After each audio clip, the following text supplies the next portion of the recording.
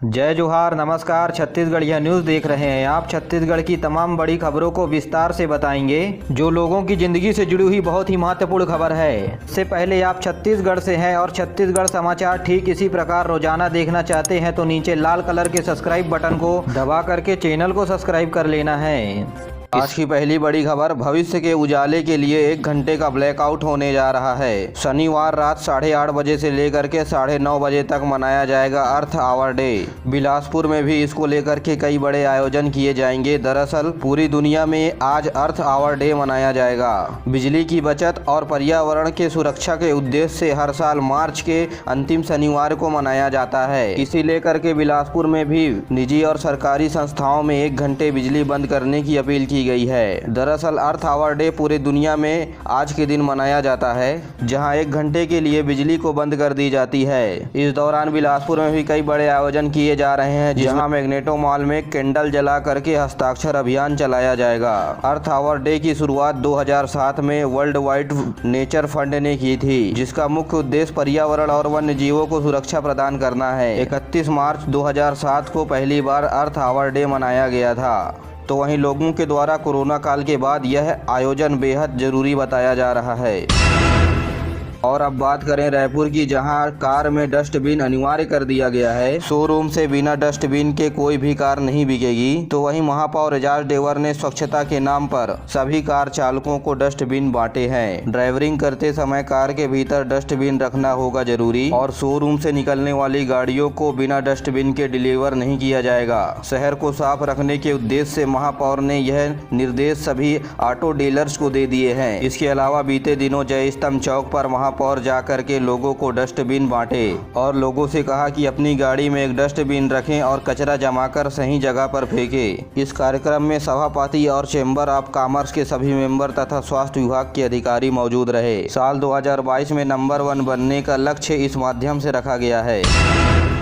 सर्व आदिवासी समाज का आंदोलन फिलहाल खत्म हो गया है। मुख्यमंत्री से मुलाकात कर बन गई है सहमति। यदि 1 महीने पर मांग पूरी नहीं हुई तो ग्रामीण एक बार फिर से सड़कों पर उतरेंगे। दरअसल छत्तीसगढ़ में सर्व आदिवासी समाज ने अपना आंदोलन स्थगित कर दिया है। हजारों की संख्या में ग्रामीण धमतरी और बलौदा बाजार की सीमा पर एकत्रित हो गए थे। ये सभी रायपुर आकर के बड़ा विरोध प्रदर्शन करने की तैयारी पर थे। वहीं पुलिस ने इन्हें रोक रखा था। इसके अलावा मुख्यमंत्री से मिलने के लिए इनका प्रतिनिधि मंडल रायपुर पहुंचा था। मुख्यमंत्री से मिलने के बाद सर्व आदिवासी समाज के नेतृत्वकर्ता सुरजू टेकाम ने हमारी टीम को बताया कि मुख्यमंत्री से हमारी मुलाकात हुई है। हमारी सभी मांगों पर सहमति मुख्यमंत्री ने बना दी है और इन्हें पूरा करने की दिशा में सकारात्मक पहल करने की बात कही गई है। इसके अलावा सारकेगुड़ा और एडसमेटा में इन सब घटनाओं की जाँच रिपोर्ट आने के बाद और दोषियों पर कार्रवाई करने की भी बात की है। चूँकि यह कानूनी प्रक्रिया है, इसलिए थोड़ा वक्त लग रहा है। संविदा विद्युत कर्मचारी बन गए हैं लाश, 16 दिन से बैठे हैं धरने पर। सरकार का विरोध करने के लिए ओढ़ा कफन। नियमितीकरण और अनुकंपा नियुक्ति की मांग लगातार इनके द्वारा की जा रही है। छत्तीसगढ़ राज्य विद्युत कर्मचारी संघ लगातार अपनी मांगों को लेकर के अनिश्चितकालीन हड़ताल पर है। कर्मचारियों ने विद्युत कंपनियों के खिलाफ बीते दिन अनोखे अंदाज से अपना प्रदर्शन दर्ज कराया, जहाँ कुछ कर्मचारी लाश बन गए और उनके बाकी साथियों ने कफन उड़ाने का काम किया। वहीं इस अनोखे प्रदर्शन से विद्युत कर्मचारी और सरकार को जगाने की कोशिश की गई। विद्युत कर्मचारियों की मांग है कि जिन कर्मचारियों की काम करते करते मौत हो गई है, उनके परिवार वालों को अनुकंपा नियुक्ति दी जाए और नियमितीकरण की मांग को पूरा किया जाए। कर्मचारियों का कहना है कि लगातार 16 दिन से बूढ़ा तालाब धरना स्थल पर बैठकर धरना प्रदर्शन कर रहे हैं और विभिन्न कार्यक्रमों के जरिए सरकार को जगाने की कोशिश कर रही है। ना तो सरकार सुन रही है और ना ही विद्युत कंपनियां। विद्युत कंपनी के कर्मचारियों ने कहा कि हमारी दुख दर्द को समझने के लिए शासन की ओर से कोई भी अधिकारी नहीं भेजा गया है और ना ही हमारी परिस्थितियों का आकलन किया जा रहा है। इसके अलावा आंदोलन के नेतृत्वकर्ताओं ने बताया कि 2 साल में संविदा भर्ती वालों की नियमितीकरण करने की परंपरा छत्तीसगढ़ में है, लेकिन शासन इन सभी बातों पर ध्यान नहीं दे रही है। कुछ दिन पहले इन्होंने अर्धनग्न होकर के भी सरकार के खिलाफ प्रदर्शन किया था। चलिए अब बात कर लेते हैं सरकारी नौकरी के बारे में। छत्तीसगढ़ में 277 पदों पर होने जा रही है भर्ती। जगदलपुर और बिलासपुर के सुपर स्पेशलिटी हॉस्पिटल में डॉक्टर से लेकर के वार्ड बॉय तक के पद सृजित हुए हैं। जी हां, प्रदेश के मेडिकल सेक्टर में भर्ती होने जा रही है, जहां 277 पदों पर खुली भर्ती होगी। इसको लेकर के चिकित्सा विभाग के अपर सचिव ने भी नोटिस जारी किया है। इस नोटिस में बताया गया है कि जगदलपुर और बिलासपुर में अलग अलग पद doctor, ward boy, physiotherapist, nurse कुल मिलाकर के 277 पदों के लिए स्वीकृति दे दी गई है। इस आदेश में 113 चिकित्सकीय शैक्षणिक पद है, वहीं 134 कार्यालयीय और प्रशासकीय पद है, जबकि पैरा मेडिकल स्टाफ के लिए 30 पद निर्धारित करे गए हैं। प्रदेश में एसआई प्रतिभागियों का प्रदर्शन सामने आ रहा है। सरकार से 2018 और 2021 की भर्ती प्रक्रिया शुरू करने की मांग की गई। कहा वेरिफिकेशन नहीं, एग्जाम कैलेंडर चाहिए। 975 पदों के लिए सब इंस्पेक्टर की भर्ती प्रक्रिया में सभी अभ्यर्थियों ने परीक्षा आयोजित कराने की मांग सरकार से की। इसके अलावा प्रतिभागियों की रैली गांधी चौक से होते हुए नेहरू चौक पहुंचकर कलेक्ट्रेट पहुंची, जहां मुख्यमंत्री और राज्यपाल को ज्ञापन सौंपा गया। प्रतिभागियों ने बताया कि वर्ष 2018 में राज्य सरकार ने आवेदन मंगाए थे भर्ती प्रक्रिया के लिए, जो अब तक पूरी नहीं हो पाई है। राज्य सरकार के वेरिफिकेशन को मतलब बता करके उन्होंने परीक्षा के लिए कैलेंडर जारी करने को कहा है। साथ ही कहा गया है कि राज्य सरकार उनकी रैली को देख करके एक बार फिर से गुमराह करने की कोशिश कर रही है। पहले की सरकार ने वर्ष 2018 में 655 पदों के लिए आवेदन मंगवाए थे और इन आवेदनों को 1,27,000 अभ्यर्थियों ने भरा था, लेकिन तत्कालीन सरकार ने इन पदों के लिए केवल पदों की संख्या ही बढ़ाई है, भर्ती प्रक्रिया में कोई रुचि नहीं दिखा रही है।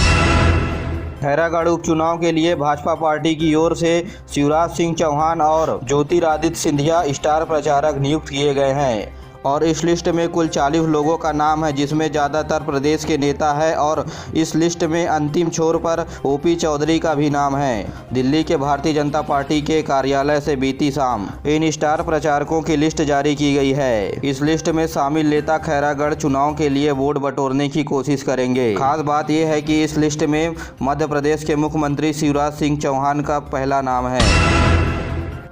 और अब चिटफंड कंपनियों से जुड़ी हुई बहुत बड़ी खबर है। 3 लाख लोगों को राहत मिलने का अंदाजा बताया जा रहा है। 17 चिटफंड कंपनियों की नीलामी से मिलेंगे 25 करोड़ रुपए। लोगों से फ्रॉड करने वाले कंपनियों की संपत्तियों की पहचान की गई है। दरअसल चिटफंड कंपनियों से जुड़ी हुई 17 कंपनियों के प्रॉपर्टी में से 10 कंपनियों के प्रॉपर्टी को कोर्ट ने नीलाम करने का आदेश भी जारी कर दिया है और इन 10 संपत्तियों की नीलामी से करीब 25 करोड़ रुपए जुड़ने की संभावना है। कलेक्टर ने कहा है कि इस काम को 3 महीने के पहले ही पूरा कर लिया जाए। अभी तक 4 करोड़ 50 लाख रुपए सरकारी खाते में जमा हो चुके हैं। प्रॉपर्टी के नीलामी के बाद मिली रकम को 3 लाख से अधिक लोगों के खाते में जमा कराया जाएगा और चिटफंड कंपनी में निवेश करने वाले 3,19,000 लोगों ने रायपुर के तहसील में आवेदन जमा करा दिए हैं और संपत्ति के नीलामी के बाद जो भी रकम मिलेगी इन्हीं लोगों को दी जाएगी और इन सभी आवेदनों की जाँच कर ऑनलाइन एंट्री का काम भी पूरा कर लिया गया है। केंद्र सरकार के द्वारा चलाए जा रहे कौशल विकास योजना के तहत 6 मनरेगा श्रमिकों ने विकास योजना का लाभ लेते हुए अपना जीवन बदल दिया और इसी नवाचार से प्रभावित होते हुए 6 किसानों को राष्ट्रपति भवन में अवार्ड दिया गया है और इन्हें प्रशस्ति पत्र दे करके सम्मानित भी किया। ये मजदूर साल 2019-20 में 100 दिनों का काम पूरा करने के बाद कौशल विकास योजना के अंतर्गत कामों को सीख करके स्वयं का काम अब कर रहे हैं, जिससे इनको अच्छी आमदनी के साथ साथ खुशहाल जीवन जी रहे हैं। सम्मान पाने वालों में धमतरी जिले की नीतू साहू और फूलवंती कंवर, गरियाबंद जिले की गीतांजलि ध्रुव और उमेश्वरी कंवर, कोरिया जिले के कृष्ण कुमार और महासमुंद जिले के विमल साव शामिल हैं। मेरे प्यारे साथियों, आज के लिए बस इतना ही। वीडियो पसंद आया तो वीडियो को लाइक करें, चैनल को सब्सक्राइब करें और अपने दोस्तों के साथ जरूर शेयर करिए। दीजिए मुझे इजाजत, मिलते अगले वीडियो में। तब तक के लिए जय हिंद, जय छत्तीसगढ़।